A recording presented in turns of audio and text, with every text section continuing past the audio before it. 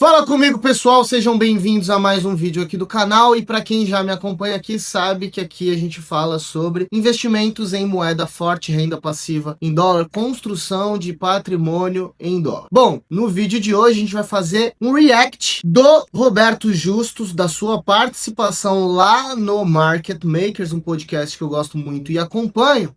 E ele fala um pouquinho sobre como que ele faz para proteger o patrimônio dele e como que ele aloca em moeda forte uma parte do patrimônio e outra também em liquidez. E aí vamos entender basicamente como é que ele pensa os investimentos dele. E o maluco é brabo, tá? Eu já de antemão antecipo que eu curti bastante a forma que ele falou aqui sobre o patrimônio. Não só sobre isso, mas sobre toda a história de vida e sobre como ele faz negócios.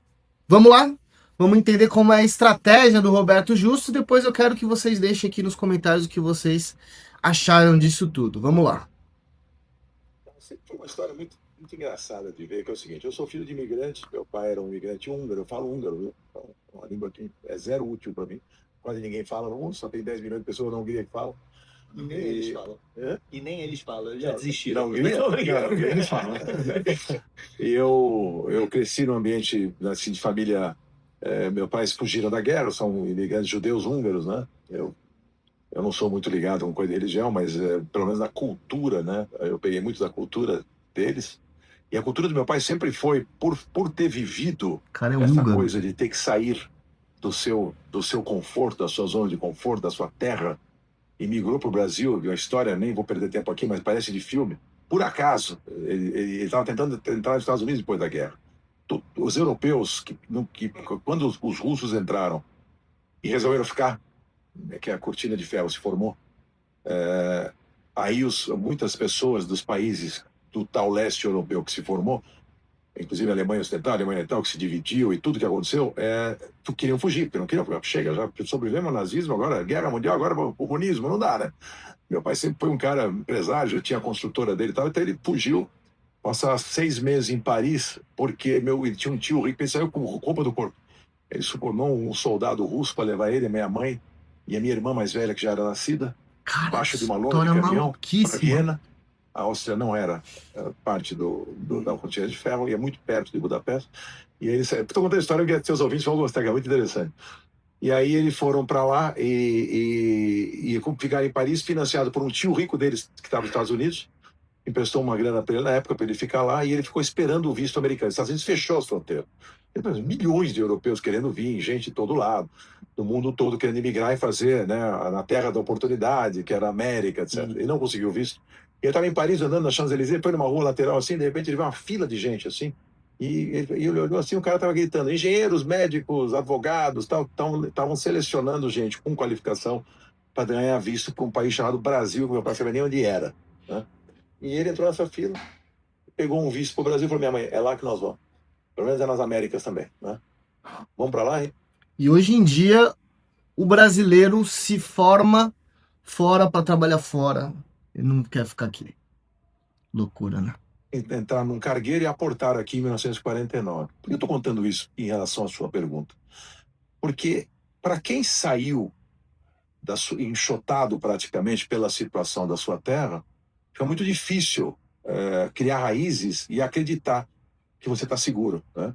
Tanto que na Revolução de 64, a gente ficou fora 4 meses do Brasil. Meu pai levou a família, falou: eu não quero passar por outra coisa aqui, estou fora, né? Então ele saiu, nós voltamos, apesar da ditadura militar, mas que já estava estabilizado o assunto, não entrou o comunismo no Brasil, porque ele estava com medo na época, e aí ele voltou. Mas então, a orientação dele sempre foi liquidez, porque quando você tem ativos líquidos, você se movimenta melhor. O ativo imóvel e outros tipos de ativos ilíquidos, empresa, etc., você tem muito mais dificuldade para, se você precisar se livrar deles, você não vai conseguir. Então, meu pai sempre foi muito para liquidez, diferente da colônia árabe, por exemplo, que é escritura, né? Interessa para eles é tijolo, né? Hoje em dia não é mais tijolo, no meu caso já é light steel frame e outras coisas. Mas, então, liquidez era a primeira orientação. Segunda orientação do meu pai: não acreditar na moeda, porque a moeda húngara despencou, morreu, e ele perdeu muito dos investimentos que ele tinha, então moeda forte. Baita aula, hein, do Roberto Justus. Baita aula. Curti, hein? Óbvio que dependendo do caso, vale a pena sim imóveis, depende da sua estratégia. Mas baita aula, gostei. Eu fiquei com isso na cabeça a vida toda, né? Tanto que 70% da minha liquidez hoje está em dólar nos Estados Unidos. Obviamente, pessoal, antes que vocês fiquem na dúvida, eu sou muito correto, super declarado, há décadas declarado no meu imposto de renda. E por quê? Não porque eu queira sair do Brasil, eu amo meu país. Claro que o meu patrimônio imobiliário, meu patrimônio de negócios, quanto vale minhas empresas e meus investimentos em Brasil. reais estão aqui também, óbvio, né? Eu estou no Brasil, acredito, visto, crio empresa, dou empregos, faço isso a vida toda, faz quase 5 décadas.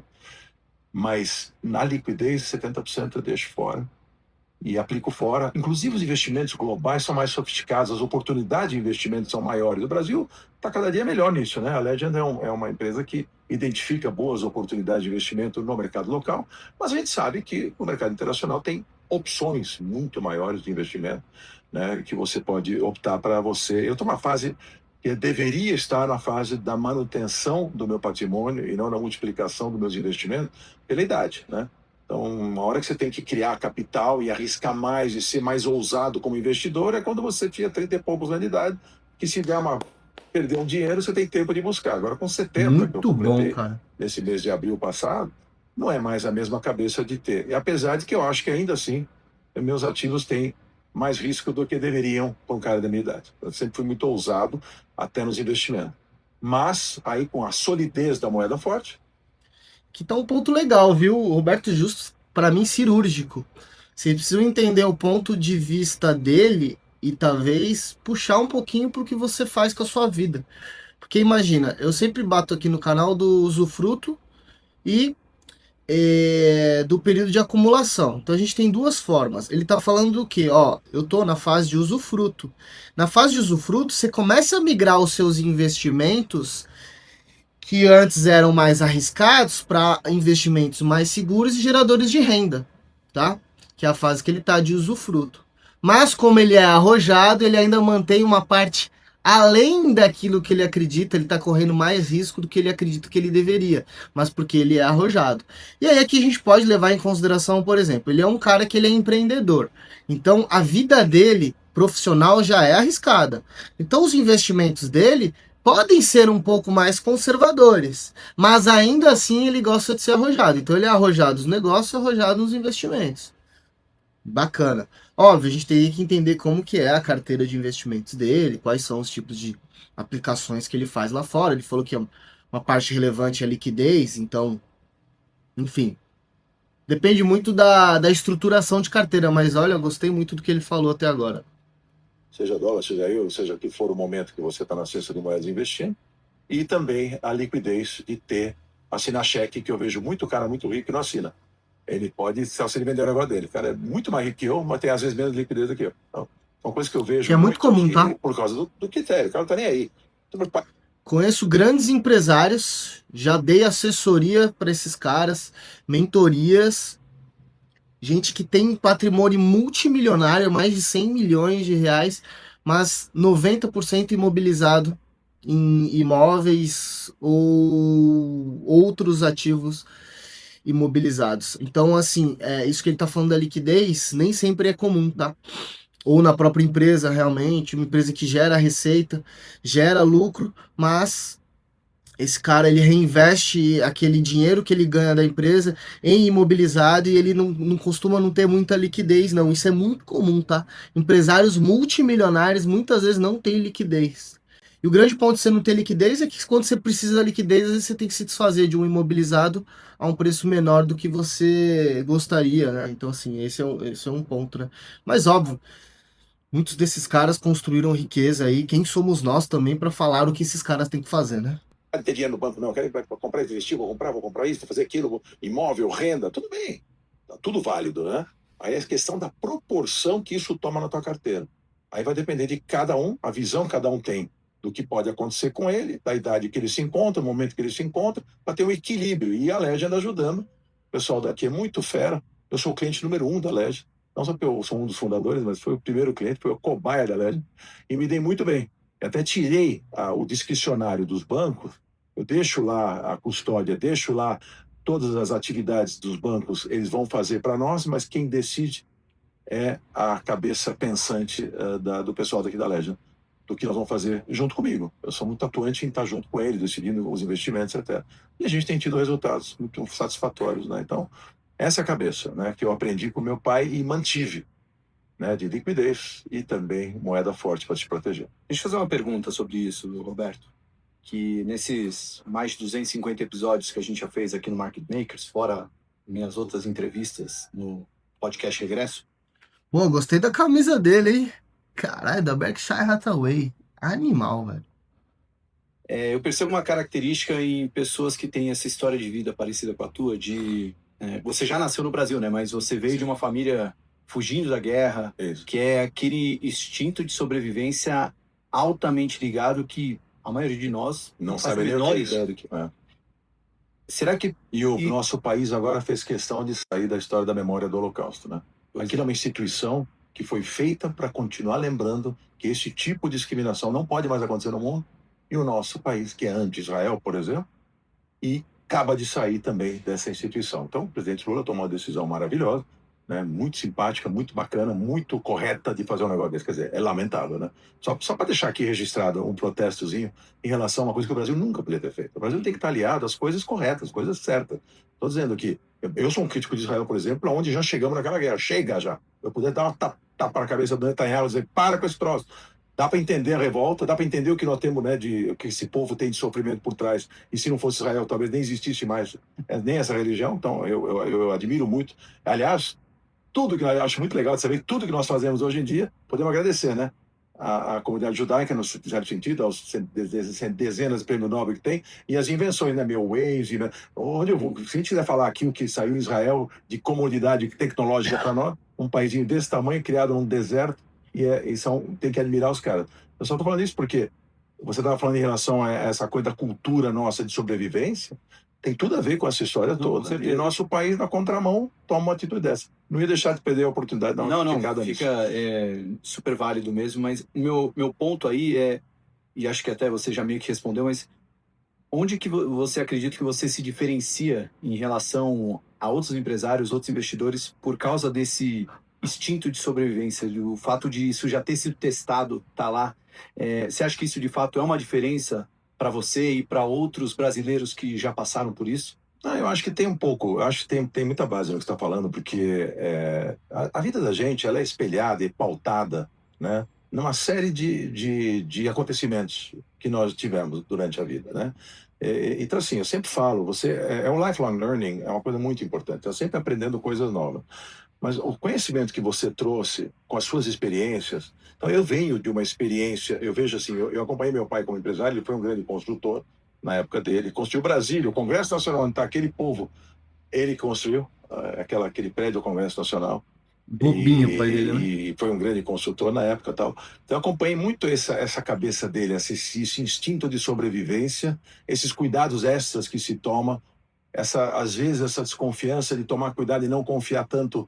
Eu sou meio que diferente, assim, eu dou muito crédito para as pessoas, até que me prove ao contrário. Meu pai era um pouco diferente. Ele achava todo mundo malandro, então ele tinha sempre encostado na parede para não tomar o que não queria. Né? Então, mas eu olhava muito isso nele.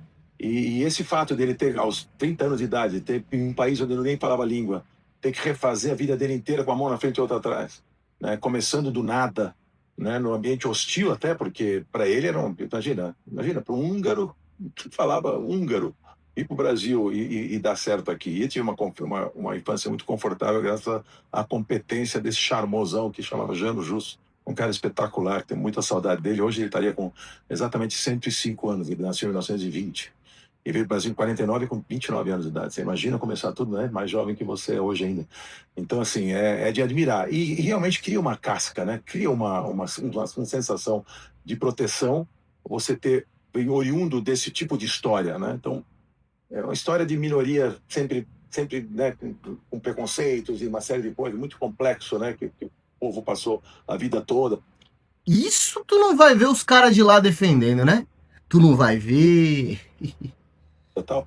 E também eu detesto todos os radicalismos para todo lado, entendeu? Não acho que, mas quando você olha para o que esse povo passou e isso refletiu na gente como empresário, sem dúvida nenhuma. Então, a colônia judaica os satras, e você pode olhar todos os caras bem-sucedidos da colônia. Geralmente, os judeus sempre tiveram muita aptidão para negócios, para comercial, eles sempre foram muito hábeis, né? E na grande maioria deles, que deve ter malandro também, não estou dizendo que não, mas é muito corretos, né? A cultura judaica sempre leva a ser correto, a ser certinho, a ajudar o outro. Olha o Eli Horn, por exemplo, que nós temos um negócio com ele aqui na Legend, né? Temos uma parceria com a Family Office do Eli. E olha que cara incrível, quer dizer, que sujeito exemplo, né? Bom, pessoal, gostei muito do que foi dito aqui em relação à distribuição de patrimônio, liquidez, moeda forte é importante. Agora eu quero saber um pouquinho da opinião de vocês, deixa aqui nos comentários. Vocês estão gostando desse quadro aqui, React? Vocês sabem que eu trago muitos ativos em dólares, ETFs de dividendos, ativos que distribuem dividendos, REITs, stocks. Deixa aqui nos comentários o que vocês querem que a gente fale aqui no canal. Tá bom? Tamo junto, um grande abraço. Se você ainda não é inscrito, você é maluco, tem um botãozinho aqui embaixo, se inscreve, ative as notificações e, claro, assista esse outro vídeo que eu vou deixar aqui na tela para vocês continuarem me acompanhando.